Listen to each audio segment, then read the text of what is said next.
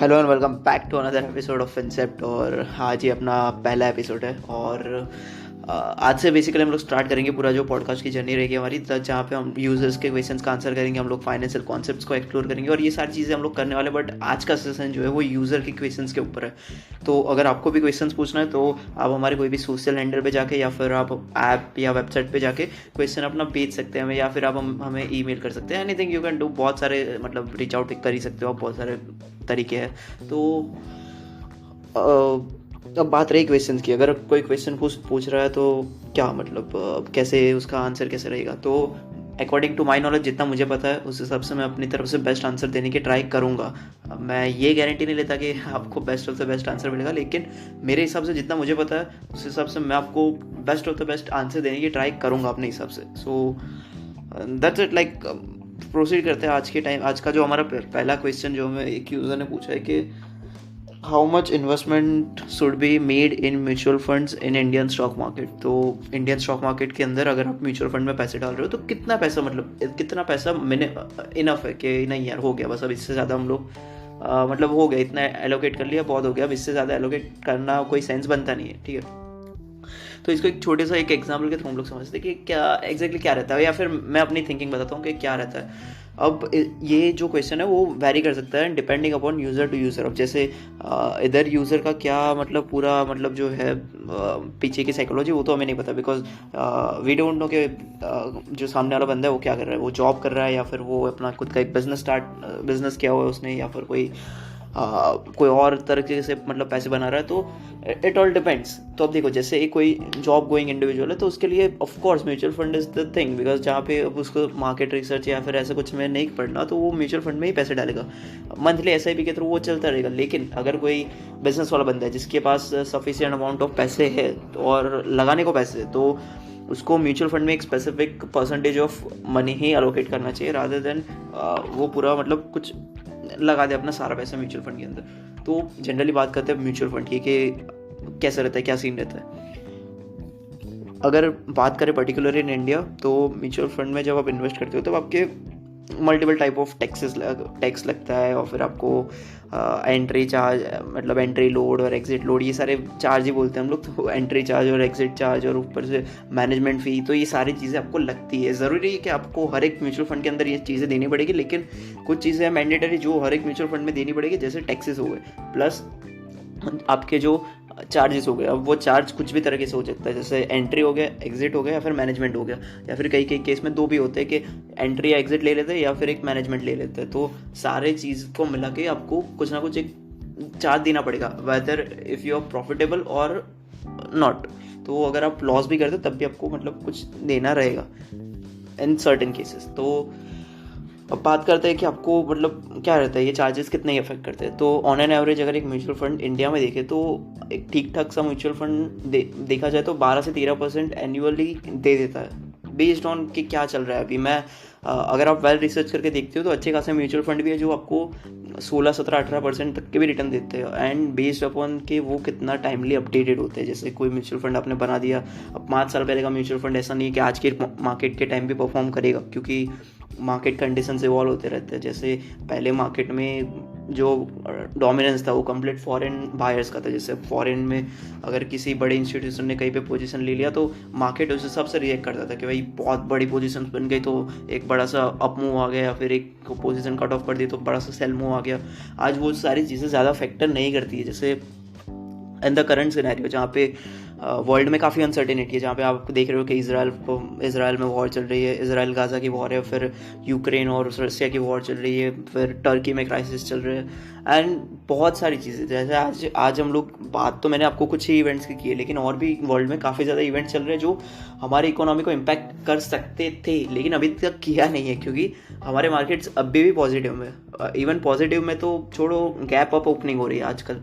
जैसे 3 कंटिन्यूस दिन से गैप अप ओपनिंग हो रही है आज के मार्केट्स में। तो इट डिपेंड्स कि अब क्या हिसाब से आप बना रहे हो म्यूचुअल फंड भी। तो आप म्यूचुअल फंड को लेने से पहले आपको उसका एनालिसिस भी करना पड़ेगा ना। तो जैसे अब 5 साल, जैसे मैंने आपको बताया 5 साल पहले का म्यूचुअल फंड अभी आप अगर आज लोगे तो वो तो सेंस बनता नहीं है, क्योंकि उस टाइम पे शायद स्टॉक्स उस हिसाब से पिक हुए थे जिस हिसाब से जो फॉरेन का इन्वेस्टमेंट आ रहा था, बिकॉज उस टाइम पे फॉरेन प्लेयर्स काफ़ी डोमिनेट कर रहे थे। आज फॉरेन प्लेयर्स करते हैं डोमिनेट, आज भी करते हैं, लेकिन उतना नहीं जितना पहले उनकी प्रेजेंस थी, बिकॉज आज डोमेस्टिक प्लेयर की प्रेजेंस भी बढ़ चुकी है और प्लस जो अपने रिटेल ट्रेडर्स है और इन्वेस्टर्स है वो भी बढ़ गए मार्केट में। ऑफकोर्स अभी भी परसेंटेज बहुत ज़्यादा कम है, जिस मतलब कंपेयर टू हमारी टोटल पॉपुलेशन के हिसाब से काफ़ी ज़्यादा कम है, लेकिन ऐसा नहीं है कि एकदम नेग्लिजिबल है। अब कुछ है लोग जो इन्वेस्ट कर रहे हैं, तो मतलब धीरे धीरे वो परसेंटेज इंक्रीज हो रहा है और ये चीज़ें इंक्रीज ओवर द टाइम होगी और it will be beneficial for India, because domestic player और इन्वेस्टर्स दोनों ही मार्केट को चलाएंगे। तो और फॉरेन का रहेगा इन्वॉल्वमेंट तो एक सर्टेन लिमिट तक रहेगा। जैसे मैं बोलता हूँ फॉरेन के जो इंस्टीट्यूशन होते हैं वो एक सर्टेन लिमिट तक ही आपको मतलब मार्केट को हिला सकते हैं। फिर then after it comes to us कि हमारे यहाँ का व्यू पॉइंट कैसा निकल रहा है, क्या निकल रहा है। तो इट ऑल डिपेंड्स। तो जैसे म्यूचुअल फंड में मैंने आपको बताया, अब म्यूचुअल फंड में भी कैटेगरीज होती है। आप काफ़ी सारे म्यूचुअल फंड होते हैं। आप लिस्ट ऑफ म्यूचुअल फंड आप कहाँ पे भी कैसे भी पैसे डालो आपको पता है। मतलब कोई भी ऐप डाउनलोड करके देख लो यार, काफ़ी म्यूचुअल फंड है। जैसे गोल्ड का हो गया, या फिर कोई फॉरेन स्टॉक्स के हो गए, जैसे कोई कमोडिटीज़ के भी म्यूचुअल फंड होते हैं, या फिर ऑल टाइप ऑफ एसेट्स के भी होते हैं, इवन ऑफलाइन एसेट्स के भी म्यूचुअल फंड होते हैं। इतने सारे म्यूचुअल फंड है, डेप्थ, इक्विटी एंड बस to list goes and on. तो अब इसमें ये होता है कि आप कौन सा सेलेक्ट करोगे। अब इसमें भी आता है भाई कि इट डिपेंड्स। अब कैसे डिपेंड, अब हर एक चीज़ में यार आंसर दे रहे हो डिपेंड इतना जनरल कैसे आंसर दे सकते हो। तो मैं आपको ये सजेस्ट करूँगा कि आप करेंट जो सिनेरियो चल रहा है उसको देखो। जैसे आज मैंने अभी पॉडकास्ट बनाया, ठीक है, तो ये अभी के हिसाब से अगर मैं अपने नैरेटिव्स को डिफाइन करता हूँ तो आज के टाइम पे वो चीज़ शायद काम करेगी, लेकिन आने वाले अगर कोई 2-3 साल के अंदर ये पॉडकास्ट सुन रहा है तो उस टाइम पे काम ना करे, बिकॉज उस टाइम पे सिनेरियोज अलग होंगे। जैसे अब एक चीज़ हो गया कि भाई आपने आज के टाइम पे जो गोल्ड है उसके प्राइसेस ज़्यादा है, तो मैं बोलूँगा यार गोल्ड के म्यूचुअल फंड्स में डाल दो आप कुछ 2-3 साल तक, बिकॉज गोल्ड का एक हो रहेगा एक छोटे मोटे मतलब एक कंपाउंडेड परसेंटेज से भी गोल्ड तो ग्रो करने वाला है। लेकिन अगले 3 साल के बाद आपको पता चले कि गोल्ड की जो ग्रोइंग स्टेबिलिटी वो एकदम आ गई है, मतलब बॉटम पे, मतलब क्या बोलते हैं बहुत कम हो गया उसका ग्रोथ। तो उस टाइम पे बेस्ट ऑप्शंस नहीं निकल के आते कि आप उसे म्यूचुअल फंड के अंदर पैसे डालो। अब वो आपके ऊपर है कि आप कहाँ पे डाल रहे हो। तो बेस्ट म्यूचुअल फंड जो आप देखते हो ऑल सीजन रहता है, जैसे इक्विटी हो गया या फिर डेप्थ में हो गया। तो ये सारी चीज़ें आप डाल सकते हो इसमें पैसे, बिकॉज इट ऑल डिपेंड्स कि आप क्या उधर के मार्केट कंडीशंस क्या चल रहा है। जैसे अभी करंट मार्केट की बात करें, इक्विटी इज़ द बेस्ट और इसके सिवा और कुछ निकलता ही नहीं, बिकॉज इक्विटी में आप पैसे डाल रहे हो तो वो डायरेक्टली आपको रिटर्न निकाल के ही देगा, मतलब ऐसा चल रहा है अभी तो, because market are on the rise. अब मार्केट काफ़ी टाइम से एक सैचुरेटेड एक रेंज के अंदर है। आज के टाइम की बात कर रहा हूँ मैं, एज ऑफ नवंबर 2023 मार्केट एक सैचुरेशन पॉइंट के अंदर है कि भाई 20,000 के ऊपर तो निफ्टी जाने से रहा इस साल के अंदर। तो वो सारी चीज़ें आपको देखनी पड़ेगी और प्लस ग्रोथ फैक्टर भी निकल के आता है, बिकॉज आने वाले क्या है, अब आने वाले कुछ टाइम के अंदर आपको इलेक्शंस देखने को मिलेंगे, प्लस बजट आएगा फरवरी के अंदर। तो फरवरी का बजट में अगर मार्केट स्पाइक करता है और प्लस इलेक्शंस है, तो इलेक्शन में भी जो विनिंग पार्टी है, जो करंट पार्टी है वही विन करती है, तो मार्केट ऑब्वियसली और अच्छा परफॉर्म करेंगे। तो बेस्ड ऑन दिस कंडीशंस आपको इक्विटी में धड़ाधड़ रिटर्न मिलेंगे आने वाले कुछ महीनों के या साल के, आने वाले पर्टिकुलरली 12 महीनों के अंदर या फिर 1 साल के अंदर हम लोग बोल सकते हैं। तो मार्केट काफ़ी अच्छे से ग्रो करेगा इन द इक्विटी सेगमेंट। तो आप इक्विटी के म्यूचुअल फंड्स आप ले सकते हो। एंड स्टिल आई प्रेफर कि आप म्यूचुअल फंड में भी कैटेगरीज होती है यार। कैटेगरी की बात करें तो कैसे, मतलब जैसे लार्ज कैप हो गया या फिर मिड कैप हो गया, स्मॉल कैप हो गया, तो बेस्ड ऑन कि आपको कौन से कैप में इन्वेस्ट करना चाहिए। जैसे अब लार्ज कैप हो गया तो हम लोग बोले तो जब देखो जैसे लार्ज कैप, स्मॉल कैप और मिड कैप है, ठीक है, तो ये सारी तो कैपिटलाइजेशन होगी कि इतना कैपिटलाइजेशन में ये मतलब ये कंपनी फॉल करती है इतने पैसों के अंदर, तो ये सब तो ठीक है। लेकिन अगर बात करें कि हमें कौन से में इन्वेस्ट करना, जैसे अब ये इसको मैं आपको बताता हूँ कि कैपिटलाइजेशन इन द सेंस कि क्या रहता है, हाई, मीडियम और लो। जैसे अब लार्ज कैप कंपनीज है, अब उसकी ग्रोथ कितनी हो जाएगी, मतलब अब मैं बोलूँगा 10 लाख करोड़ की कंपनी, अब 10 लाख करोड़ की कंपनी ग्रो हो के कितना ही ग्रो हो जाएगा भाई वो, बिकॉज वो ऑलरेडी ग्रोथ स्टेज पे आ चुका है और उससे ज़्यादा ग्रो नहीं कर सकता वो। जैसे रिलायंस की बात करें, अब रिलायंस में आपको कितना आप रिटर्न एक्सपेक्ट करते हो, बिकॉज रिलायंस ऑलरेडी टॉप पे है, वो उधर से ज़्यादा ऊपर क्या ही जाएगा, मतलब वो वैसा सिनेरियो बन जा रहा है। तो वो लार्ज कैप में आ गया। अब लार्ज कैप में कंपनीज एक बहुत ही एकदम क्या बोलते हैं स्लोली मोमेंटम देके मूव करती है और प्लस ग्रोथ भी उसी हिसाब से मिलती है, तो वो एकदम लो रिस्क हो गया। अब जैसे मिड कैप की बात करें, वो एक मीडियम रिस्क हो गया, बिकॉज मिड कैप में जो कंपनीज है वो लार्ज कैप में भी जा सकती है, बिकॉज उनके पास एक बाउंड एक एरिया है जहाँ पे वो लोग एक्सपांड कर सकते हैं। वेदर लार्ज कैप की बात करें तो लार्ज कैप का कोई उधर सिनेरियो बनता नहीं और एक्सपांड करने का, because it doesn't make sense, right. But लेकिन मिड कैप के लिए सेंस बनता है, बिकॉज मिड कैप में आइदर वो लोग जा सकते हैं लार्ज कैप के अंदर, या फिर अगर कंपनी लॉसेस करते हैं या फिर कुछ गफला चल रहा है तो स्मॉल कैप के अंदर भी आ जाएगा। तो बेस्ड ऑन दैट कि वो क्या रहता है उसका आपको देखना पड़ेगा। And mid caps are sometimes the most eligible choice for the user, because mid cap की कंपनीज अच्छा खासा रिटर्न निकाल के देती है। अब बात करें स्मॉल कैप की, तो स्मॉल कैप में तो भाई एरिया ही एरिया है। अब उधर तो मतलब स्मॉल कैप की कंपनी मिड कैप को भी छू सकती है और लार्ज कैप में छू सकती है। जैसे आज अगर आपने कोई स्मॉल कैप कंपनी में इन्वेस्ट कर दिया जिसकी शेयर प्राइस अभी 100 रुपये, कल को जाके लार्ज कैप बन गया और उधर उसकी शेयर की प्राइस हो गई 800, 1000 रुपये, 2000, 1500 रुपये, तो आपके तो मतलब हो गया, आपने you find the next Titan, अब टाइटन मिल गया आपको भाई। तो टाइटन इज अ कंपनी, तो जिसको ना पता तो टाइटन की भी सेम स्टोरी है। टाइटन का भी आज जो शेयर प्राइस है वो काफ़ी अच्छा, मतलब पिछले के टाइम से काफ़ी ज़्यादा रिटर्न दे आया उसने। तो बेस्ड ऑन दिस आप ले सकते हो म्यूचुअल फंड में। मैं सजेस्ट करता हूँ स्मॉल कैप और मिड कैप के अंदर आप जा सकते हो if you are taking some risk. शायद उधर आपको ग्रोथ रेट जो है कम देखने को मिलेगा, और इफ़ यू आर लकी आपने अगर रिसर्च किया थोड़ा बहुत तो आपको ज़्यादा ग्रोथ देखने को मिलेगा।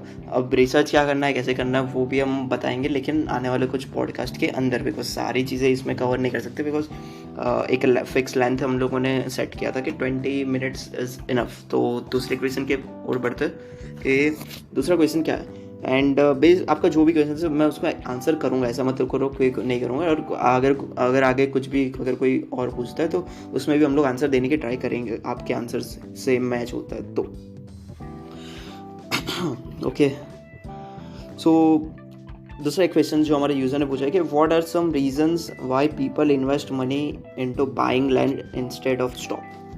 तो यार ये तो मतलब काफ़ी बेसिक सा क्वेश्चन है, लेकिन बात करें कि लोग लैंड को क्यों प्रेफर करते हैं रादर देन स्टॉक्स। अब इंडिया में स्टॉक मार्केट की बात करें तो कैसा सिनेरियो रहा है, मुझे आप बताओ कि आप अपने पेरेंट्स या घर पे किसी को पूछना कि स्टॉक मार्केट मुझे करना है, क्या उनका क्या रिएक्शन रहेगा। इवन इफ अगर उन लोगों को पता नहीं है कि स्टॉक मार्केट क्या है तो वो लोग बोलेंगे नहीं ये ठीक नहीं है, या फिर कुछ मतलब वो नहीं कि एक सिलेक्टिव कैरियर चॉइस नहीं है, या फिर आप बोल सकते हो कि जुआ है, डायरेक्ट घर से यही चीज़ें आती है, राइट। तो इट्स रॉन्ग, बिकॉज मार्केट में इमेज ऐसे क्रिएट हो चुकी है, बिकॉज स्टॉक मार्केट के ऊपर if it trace back in history scams पे स्कैम हुआ है, ऐसे स्कैम हुए हैं कि जिसकी वजह से पूरा स्टॉक मार्केट का नाम बिगड़ चुका है और आज के टाइम पे कोई उस पर इन्वेस्ट करने को रेडी नहीं है। मतलब कर रहे हैं लोग, आज भी इन्वेस्ट कर रहे हैं लोग, अवेयर हो रहे हैं कि यार आज टेक्निकल फंडामेंटल्स और क्वांटिटेटिव एनालिसिस जैसी काफ़ी सारी फील्ड्स आती है जहाँ पे आप प्रॉपरली इन चीज़ों को सीख के आप मार्केट में कुछ चीज़ें कर सकते हो एंड रिटर्न्स निकाल सकते हो, ठीक है। तो ये सारी चीज़ें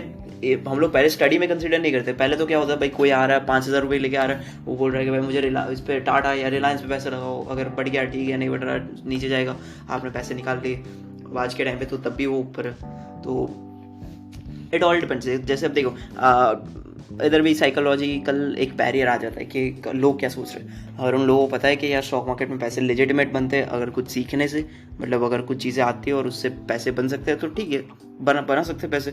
लेकिन स्टिल आज के मतलब इंडियन टिपिकल फैमिलीज में ऐसा एक रहता है कि stock market is not the best option for investment, rather land तो एक बहुत ही प्रेफरेबल ऑप्शन है। और मतलब काफ़ी मतलब ओवर द टाइम में आपको अप्रिसिएशन भी देखने को मिलता है, लेकिन in long term and compare to stock market अगर आप मुझे पूछो क्या मैं प्रेफर करता हूँ, मैं स्टॉक्स को ज़्यादा प्रेफर करता हूँ rather than land. Because land का क्या है कि अगर वो क्या होता है कि आपने सही जगह पर लैंड लिया है तब तो कोई मतलब है ही नहीं, कुछ दिक्कत है ही नहीं। अगर आपने अच्छे खासे रिसर्च करके लैंड लिया है कि आने वाले कुछ सालों के अंदर इस जगह पे बूम आ सकता है या फिर एक मार्केट डेवलप हो सकता है, तो उधर तो ठीक है आपने अगर लैंड लिया हो। लेकिन आपने ऐसी जगह पे लैंड लिया हो जहाँ पे ग्रोथ के चांसेस काफ़ी स्टेबल है या फिर नेग्लिजिबल ग्रोथ के चांसेस है, तो उधर अब जैसे आपने अपने गांव में एक बड़ा सा घर बनवा के रख दिया, अब आपका गांव डेवलप होने से रहा, एटलीस्ट आने वाले कुछ 10-15 सालों तक तो हो नहीं रहा, बिकॉज अभी तक हमारी सिटीज़ ही उतनी अच्छी खासी डेवलपमेंट नहीं हुए, तो आप गांव तो कहाँ ही ले लोगे। तो ठीक है, तो ये सारी चीज़ मतलब देखना पड़ेगा ना आपको फैक्टर्स भी कि कहाँ पे आप ले रहे हो, क्या ले रहे हो। आपने गांव में बड़ा सा मकान बांध दिया कि भाई मैं इधर बड़ा सा मतलब इसमें रिटर्न्स मिलेंगे फ्यूचर में, तो आप डिपेंड्स कि आपका फ्यूचर क्या है, क्या आप 30-50 सालों की बात कर रहे हो, 30-40 साल। बिकॉज बात करें गांव की, तो गांव मैं बोल रहा हूँ डेवलप हो रहा है, ऐसा नहीं है डेवलपमेंट नहीं है, लेकिन गांव को एक टाउन बनाना या फिर सिटी के लेवल तक का डेवलपमेंट लाना इज़ डिफ़िकल्ट, बिकॉज अभी के टाइम पे सिटीज़ ही हमारी उतनी डेवलप नहीं है कि हम लोग गांव को उसके पैरेलल या फिर एक इक्वल पोजीशन पे रख के भी रखें। ठीक है, आज की सिटीज़ के हिसाब से बात कर रहा हूँ, तो उस चीज़ में तो टाइम लगेगा और टाइम काफ़ी ज़्यादा लगेगा, बिकॉज मतलब इट ऑल डिपेंड्स कि कहाँ पे क्या सिनेरियोस कैसे बन रहे हैं। अब गवर्नमेंट जो है वो करंट गवर्नमेंट रहती है in the ruling for next 10 to 15 years, तो ज़्यादा आपको डेवलपमेंट देखने को मिलेगा, बिकॉज काम हो रहा है। ऑफकोर्स एक स्लो स्पीड पे हो रहा है, लेकिन हो रहा है काम, एंड रादर के काम ना हो उससे अच्छा तो काम हो ही रहा है। ठीक है, तो let's admit that first of all, और land is preferable option for anyone in the India. बाहर जाके देखो तो वो शायद स्टॉक बोले, ऑफकोर्स स्टॉक ही बोलेंगे। मैं बोल रहा हूँ आप यूनाइटेड स्टेट में जाके पूछो कि लैंड या स्टॉक्स, तो कोई भी बोलेगा भाई लैंड, स्टॉक्स, बिकॉज लैंड का क्या था 2008 के क्राइसिस में लोगों को पता चल ही गया था, लीमैन ब्रदर्स के क्राइसिस में, कि लैंड का क्या हाल होता है। और चाइना में भी बात करें तो वो लोग भी स्टॉक्स शायद प्रेफर करें, because currently as of now China में तो भाई लैंड के पूरा मतलब क्राइसिस चल रहे उधर, तो वो क्राइसिस से अगर बाहर निकल रहा हो तो मतलब कैसे निकलोगे आप, उधर तो पूरे क्राइसिस चल रहे, तो वो भी एक मतलब देखना पड़ता है फैक्टर कि आप कहाँ पे क्या कर रहे हो। तो अच्छी खासा मतलब रिसर्च करके आपने लैंड लिया तो ठीक है, वरना stocks is more preferable, because आपको रिटर्न उधर ही ज़्यादा मिलेगा ऑफ कोर्स। तो that was it for the question, और आपके और सारे क्वेश्चंस हो तो आप आंसर कर सकते हो। मैं जान दूँ कि आज may not be the best session मैंने जो किया, लेकिन आज मैं थोड़ा सा मेरा गला ख़राब है, तो यार मैं अपना पूरा आउटपुट नहीं दे पा रहा, तो सॉरी फॉर दैट। एंड कोई बात नहीं, मिलते हैं अगले सेशन के अंदर, अगले पॉडकास्ट के अंदर। That's it for now, thank you. This was the first episode of concept, and 2 questions के हम लोगों ने आंसर दिए इधर। तो चलिए मिलते हैं आपको अगले पॉडकास्ट के अंदर। Thank you.